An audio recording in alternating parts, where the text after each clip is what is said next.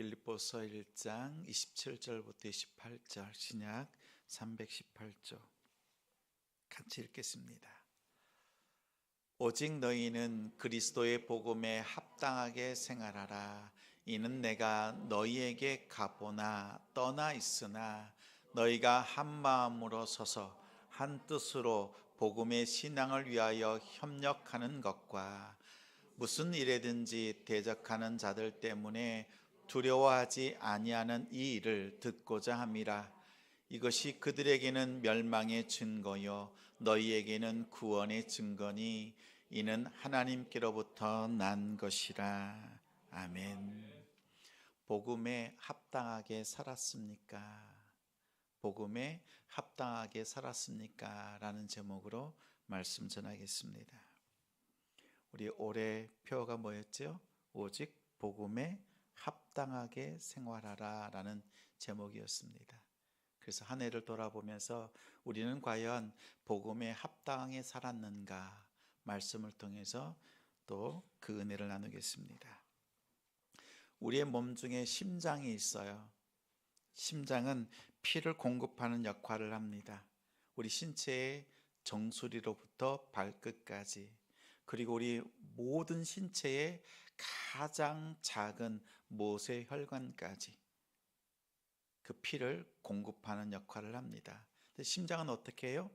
한번 압축했다가 이렇게 수축했다가 또 이완되고 풀어지고 이러지요. 그러니까 심장이요 이렇게 조였다가 풀어지고 또 압축했다가 이완되고 이걸 통해서 우리 온 몸에 피를 공급합니다. 근데 만약에 심장이요 한번 꽉 조이고 난 다음에 풀어지지 않는다면 어떻게 돼요? 심근경색으로 쓰러지죠. 또 이 심장이요 한번 쫙 풀어지고 난 다음에 다시 모여야 되는데 풀어진 채로 더 이상 피를 공급하지 못한다면 안타까운 상황을 맞이할 수도 있습니다. 심장은 수축하고 이완하면서요 우리 마음, 우리 쿵탁쿵탁하지요. 두근두근하지요. 이래야만 우리는 살 수가 있습니다. 하나님께서는요 교회를 심장과 같은 역할로 이 땅에 주셨습니다. 여러분 기억하세요? 하나님께서 교회를 이 땅에 세우셨는데 이 세상에 심장의 역할을 할 수 있도록 하나님께서 세우신 것이 교회입니다. 우리 말씀 사도행전 1장 4절 말씀 같이 읽겠습니다. 사도와 함께 모이사 그들에게 분부하여 이르시되 예루살렘을 떠나지 말고 내게서 들은 바 아버지께서 약속하신 것을 기다리라. 8절 읽어요. 오직 성령이 너희에게 임하시면 너희가 권능을 받고 예루살렘과 온 유대와 사마리아와 땅끝까지 이르러 내 증인이 되리라 하시니라. 4절 말씀, 8절 말씀 예수님께서 하신 말씀이에요. 4절에 보니까 예루살렘으로 모여라 하셨어요. 근데 8절에 보니까 예루살렘으로부터 시작해서 땅끝으로 흩어져라 말씀합니다. 예수님께서 제자들에게 믿음의 공동체인 교회를 향해서 말씀하시는 거예요. 예루살렘으로 모이고 예루살렘으로부터 땅끝까지 흩어지는 거예요. 교회는요 모였다가 흩어지는 거예요. 교회는 모였다가 흩어지는 그 아름다운 세상을 향한 심장의 역할을 하고 있습니다. 그런데 초대교회가요 모이기에만 힘썼어요. 모이기에만 힘썼습니다. 서로 모여서 하나님을 예배하는 것이 너무 기뻤어요. 또 서로 기도하면서 하나님의 역사를 체험하고 감격했습니다. 또 서로 교제하면서 하나님의 은혜, 서로 자기 것이라고 고집하지 않고 베풀며 나누는 것에 큰 기쁨이 있었습니다. 그래서 예수님께서 말씀하신 대로 예루살렘에 모여만 있어요. 서로 즐겁고 서로 기쁘고 이렇게 지냈습니다. 그런데 어떻게 해요? 교회는 심장이라 그랬잖아요. 모이고 흩어지는 게 있어야 돼요. 그리고 다시 모이는 거예요. 자, 그래야 되는데 모여만 있으니까 어떻게 해요? 영적으로 심근경색에 걸리는 거지요. 이때 하나님께서 교회에 핍박을 허락하십니다. 사도행전 8장 1절 말씀 같이 읽겠습니다. 사울은 그가 죽임당함을 마땅히 여기다라 그날에 예루살렘에 있는 교회에 큰 박해가 있어 사도 외에는 다 유대와 사마리아 모든 땅으로 흩어지니라. 4절 읽어요. 그 흩어진 사람들이 두루 다니며 복음의 말씀을 전할세.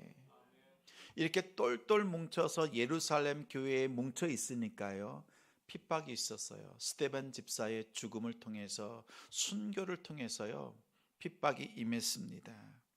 겉으로 볼 때에는요, 예루살렘에 있는 교회가 사라질 정도의 큰 위기였습니다. 교회가 없어지는 줄 알았어요. 근데 실제로는요, 하나님께서 믿는 사람들을 흩으시고 복음을 흩뿌리시는 그런 역사였습니다. 성도들이요, 그 핍박 때문에 예루살렘에 머물 수가 없었어요. 복음을 가지고 각 지역으로 흩어지기 시작했습니다. 하나님께서 왜 이렇게 고통스러운 과정을 통해서 흩으시는 이유가 무엇일까요? 무엇이었을까요? 복음이 땅끝까지 전해지는 것이었습니다. 복음이 예루살렘에만 모여 있는 것이 아니라 땅끝까지 전파되는 것을 예수님께서는 말씀하셨던 거예요. 복음으로 세상의 어두운 것을 밝히고 복음으로 세상이 살맛 나는 그러한 세상이 될 수 있도록 복음으로 역사하기를 원하셨던 겁니다. 세상을 구원하길 원하시는 하나님의 방법이에요. 여러분 기억하세요? 교회에 모이잖아요. 모여서 은혜 받았으면 그 은혜 받은 것을 돌아가서 나누고 베풀고 섬기는 것이 교회의 본래 목적이에요. 여러분 그 일을 잘 감당해야 합니다. 그래서 오늘 말씀의 제목이요, 우리가 그러한 복음에 합당한 삶을 살았는가라는 거예요. 교회도 모였다가 흩어지고 이 반복되는 과정을 통해서 교회가 교회답게 세워지는 것입니다. 성도도 마찬가지예요. 우리가 1년에 몇 번 모여요? 주일에 52주 52번 모였어요. 그리고 우리가 교회에 모였다가 가정으로 돌아갔지요. 일터로 갔지요. 학교로 갔어요. 그럼 어떻게 돼요? 우리가 돌아간 그 집, 그리고 학교, 또 회사, 일터, 그곳이 어떻게 돼야 돼요? 변화되어야 되죠. 변화되어야 합니다. 여러분, 우리가 복음으로 산다는 것이 얼마나 중요한지 모릅니다. 그런데 우리의 모습을 잠깐 돌아보면 이래요. 교회에서는요, 은혜로운 장로님이고 아주 점잖은 안수 집사님이신데 회사에 가면 매너 없고 갑질하는 부장일 수 있습니다. 집에서는 폭언과 폭력을 일삼는 아빠일 수도 있어요. 교회에서는 고상한 권사님인데 가정에서는 혹독한 시집살이를 시키는 시어머니일 수도 있습니다. 교회에서는 여러 성도를 섬기는 헌신적인 집사님이신데 시댁이나 처가 식구들에 대해서는 남 몰라라 하는 집사님일 수도 있어요. 집에서는 공부만 재촉하는 엄마일 수도 있습니다. 또 교회에서는 아주 예배 잘 드리고 또 고운 말을 잘 사용하는데 학교에서는 친구들을 괴롭히고 선생님 말씀 잘 안 듣고 욕을 사용하는 친구일 수도 있습니다. 여러분 어떤 것이 진짜 우리 모습이에요? 교회에서 지내는 모습이 우리의 진짜 모습인가요? 아니면 집이나 회사 아니면 학교에서 지내는 우리의 모습이 진짜 모습인가요? 뭐가 진짜 모습이에요? 교회에서 모습도 진짜 모습이고 또 우리가 일상 세상 속에서 살아가는 모습도요 우리의 진짜 모습이에요. 우리 고민이 뭐예요? 하나님께 은혜를 받고 교회에서 은혜를 받고 세상 속으로 들어가서 그 은혜로 살아야 되는데 그 은혜로 살아가는 삶이 나한테 부족해. 없어. 그래서 우리의 고민이 생기는 거 아니에요. 교회에서 모습과 세상에서의 모습이 다른 것이 우리를 스스로 당황하게 만듭니다. 바울은 성도들에게 이렇게 고백합니다. 빌립보서 1장 우리 8절 말씀 같이 읽겠습니다. 내가 예수 그리스도의 심장으로 너희 무리를 얼마나 사모하는지 하나님이 내 증인이시니라. 한 번 더 읽어요. 내가 예수 그리스도의 심장으로 너희 무리를 얼마나 사모하는지 하나님이 내 증인이시니라. 예수 그리스도의 심장이래요. 복음의 심장으로 너희를 사모하고 양육했다라고 말합니다. 말로만 복음을 가르친 것이 아니라 예수님의 그 사랑을 가지고 직접 품었고 그 사랑을 실천했다라고 합니다. 그 결과 빌립보 교회는요, 건강한 교회로 세워졌습니다. 또 바울과 동역하는 선교하는 교회였습니다. 성도들은요, 함께 협력하면서 하나님의 아름다운 뜻을 이루어가는 성도, 그런 교회가 되었습니다. 그래서 바울은요, 빌립보 교회를 많은 지역들 가는 곳마다 빌립보 교회를 자랑하고 그 성도들을 자랑했습니다. 우리 성도들이 하나님 앞에 자랑이 되고 서로에게 자랑이 되는 성도가 되어 주셔서 참으로 감사해요. 하나님께서 나의 삶을 통해서 일하심을 고백하는 바울의 고백이 있습니다. 그러면서 당부했던 말씀이 오늘 본문 말씀입니다. 27절, 28절 우리 한 번 더 읽겠습니다. 오직 너희는 그리스도의 복음에 합당하게 생활하라. 이는 내가 너희에게 가보나 떠나 있으나 너희가 한 마음으로 서서 한 뜻으로 복음의 신앙을 위하여 협력하는 것과 무슨 일에든지 대적하는 자들 때문에 두려워하지 아니하는 이 일을 듣고자 함이라. 이것이 그들에게는 멸망의 증거요 너희에게는 구원의 증거니 이는 하나님께로부터 난 것이라. 빌립보라고 하는 그 지역은 로마의 퇴역한 군인들이 많이 살았습니다. 그래서 작은 로마라는 별명도 있었어요. 그리고 로마의 시민권이 자동으로 부여되었습니다. 세금도 면제되었어요. 그래서 빌립보의 시민들은 이런 생각을 했어요. 빌립보에 산다라고 하는 그 자긍심이 있었습니다. 빌립보에 사는 것에 대해서 자부심이 있었어요. 근데 그들은 시민으로서요, 도시, 공동체를 위해서 책임을 지고 의무를 다하는 것도 시민으로서 해야 되는 일이라고 꼭 생각했습니다. 자신이 혜택을 누리는 것도 있지만 도시를 통해서 자신이 해야 되는 그 일도 수행하는 것이 시민다운 삶이라고 여겼습니다. 근데 바울은 그것에 착안해서 이렇게 말합니다. 빌립보 성도들에게요, 시민들이 아니라 성도들에게 너희가 복음을 나를 통해서 듣고 배우지 않았느냐. 그렇다면 그 복음을 들었다면 그 복음대로 살아내면 좋겠다. 복음을 안다면 복음을 아는 그대로 삶 속에서 실천하는 그러한 성도였으면 좋겠다라는 것이었어요.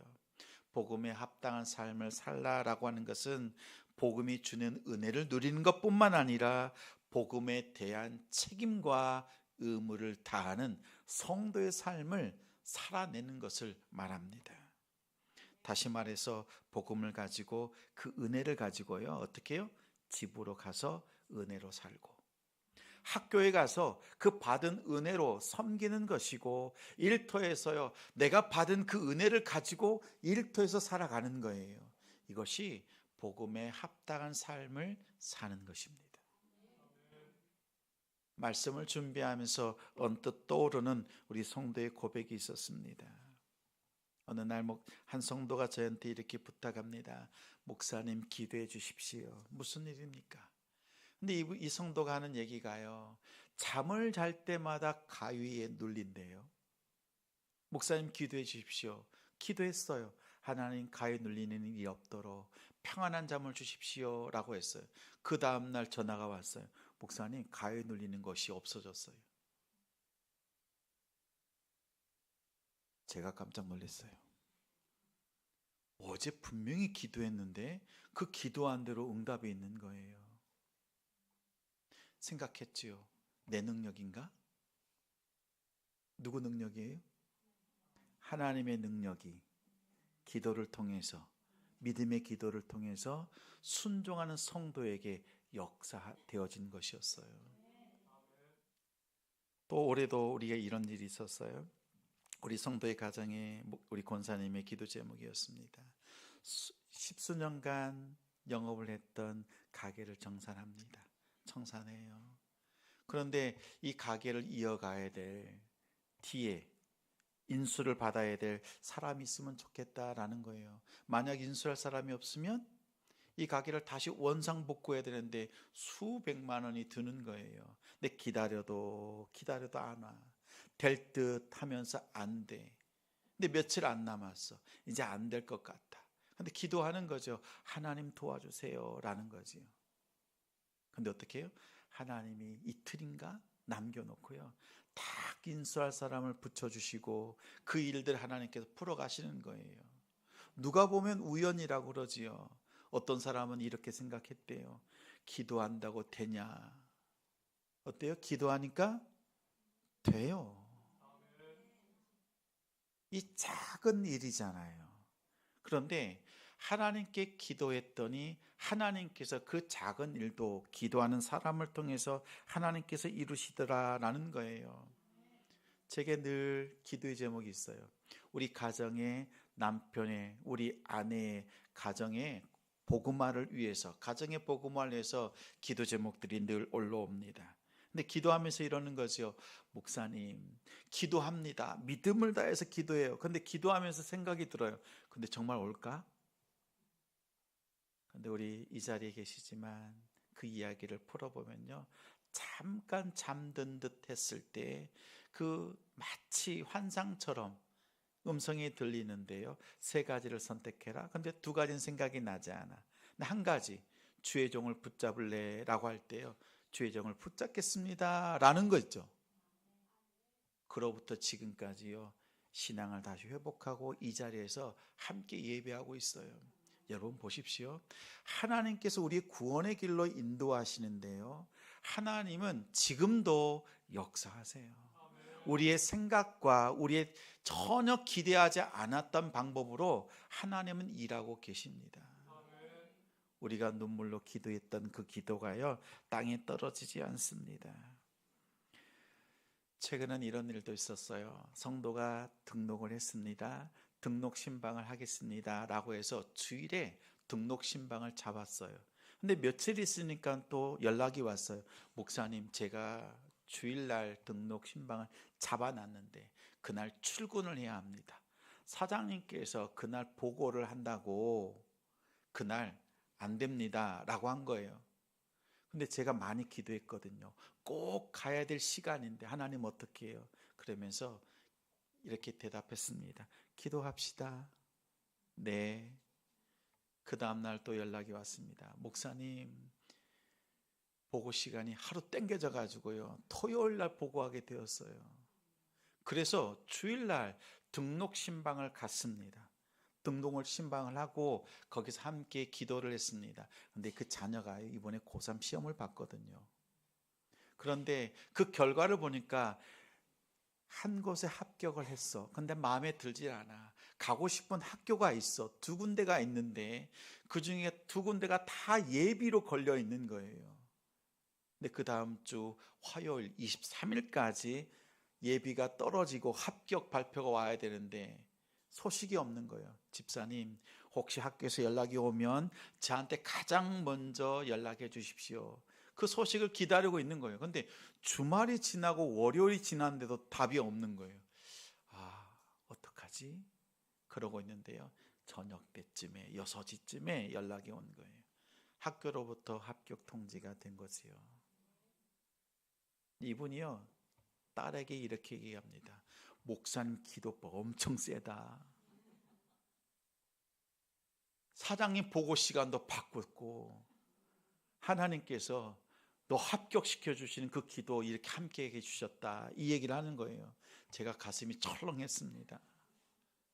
아무리 생각해도 내 능력은 아닌데 저도요 가슴이 조마조마했거든요. 이제 곧 합격 마감 시간이 다가오는데 하나님 어떻게 합니까? 길 열어주십시오. 저는 여러분의 1년 동안 있었던 수많은 일들을 돌아보면서 한 가지 공통점이 있었어요.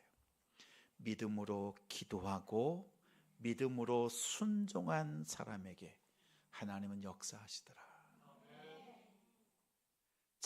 제가 방금 나눈 세네 가지 이야기들은요, 작은 이야기들이에요. 여러분들이 기도하고 순종한 일들 속에서요, 하나님께서 얼마나 큰 일들을 이뤄가시는가 보십시오. 다시 말하면 우리가 복음을 가지고 가정으로 돌아가고 일터로 돌아가고 또 학교로 돌아가서요, 그 복음대로 배운 대로 기도하고 믿음으로 순종해 낼 때, 그 복음에 합당한 삶을 살아낼 때 하나님의 역사가 있더라라는 거예요. 이렇게 생각할 수 있죠. 목사님 방금 얘기하신 것은 다 잘되고 다 좋은 것만 얘기한 거 아니에요? 맞아요. 잘되고 좋은 것만 얘기했어요. 근데 여러분 기억하십시오. 2025년도에 우리가 하나님 앞에 믿음으로 기도하고 심은 것이 있어요. 그리고 이제 우리가 믿음으로 순종하는 일들을 통해서 올해에 심어놨던 것들이요 26년에 열매 맺게 하십니다. 저는 그 믿음이 있어요. 여러분의 삶 속에서 지나가듯이 여러분의 속삭이는 자그마한 한 그 이야기들을 품고요 함께 기도하고 있습니다. 우리 요한복음 2장에 보면 물로 포도주가 변화된 사건이 있잖아요. 회당장은 그 맛있는 포도주가 어디서 났는지 모릅니다. 사람들도 우연이라고 생각했습니다. 하지만 누구만 알아요? 물떠온 하인들만 알더라는 거예요. 여러분, 기도하고 순종한 사람만이요 그 하나님의 역사 이루어 가심을 우리는 깨달을 수가 있습니다. 우리 성도들이 2025년에 믿음으로 기도하고 심었던 것, 믿음으로 순종했던 것들이 복음에 합당한 삶을 살아낸 우리 성도들의 삶을 통하여서 하나님께서 일하시고 우리에게 응답해 주시고 구원의 역사를 이루어 주신 하나님께 감사를 드립니다. 우리 하나님 앞에 큰 영광의 박수 올려드리겠습니다. 순종한 하인들만 압니다. 여러분 기도하십시오. 그리고 기도한 대로 믿음으로 순종해 내십시오. 나의 순종을 통해서 주님께서 일하신다. 저는 2025년에 이 신앙의 원리 하나를 크게 배웠습니다. 우리가 믿음으로 심은 그 기도, 순종을 통해서 하나님께서 분명 이루시고 또한 성취되는 그 일들이 이제 우리 앞에 줄줄이 놓여 있다는 사실을 기억하시길 바랍니다. 믿음의 기도와 또 순종을 통해서 하나님 일하십니다. 복음을 가지고 여러분의 삶의 현장으로 가십시오. 은혜를 받고 그 받은 은혜를 가지고 가정에서 살아내고 여러분 일터에서 그 은혜의 말씀으로 섬기고 학교에서 배울 때 친구들과 함께 할 때 그 말씀을 가지고 살아낼 수 있는 우리 성도들 되시기 바랍니다. 그렇다면 하나님께서 일하지 않으실 수가 없습니다. 한 해 동안 복음으로 살아낸 우리 성도들 주님의 이름으로 또 축복합니다. 우리 말씀 한 구절 함께 읽겠습니다. 여호수아서 3장 15절 16절 말씀 같이 읽겠습니다. 요단이 곡식 거두는 시기에는 항상 언덕에 넘치더라. 궤를 맨 자들이 요단에 이르며 궤를 맨 제사장들의 발이 물가에 잠기자. 16절 곧 위에서부터 흘러내리던 물이 그쳐서 사르단에 가까운 매우 멀리 있는 아담 성읍 변두리에 일어나 한 곳에 쌓이고 아라바의 바다 여매로 향하여 흘러가는 물은 온전히 끊어지매 백성이 여리고 앞으로 바로 건널세. 이스라엘 백성들이 요단강을 건널 때에 어떻게 건넜어요? 홍해를 건너는 때와 달랐지요. 홍해는 쫙 갈라놓고 건너게 하셨습니다. 그러나 요단강을 건널 때는요, 제사장이 발을 디딜 때, 물이 그대로 있고 디딜 때 그 요단강이 갈라졌습니다. 여러분, 우리 가정 속에요, 영적인 제사장으로서 그 기적을 이루기 위해서는요, 믿음으로 내딛는 한 걸음이 필요합니다. 상황은 빠져 죽을 수밖에 없는 상황이지만 믿음으로 한 걸음을 내딛으면 하나님께서 그 길을 열어가신다 말씀합니다. 우리 2025년, 이제 2026년을 시작하면서 믿음으로 그 걸음을 내딛는 우리 성도들 가정이 되시기를 주님의 이름으로 축원합니다. 우리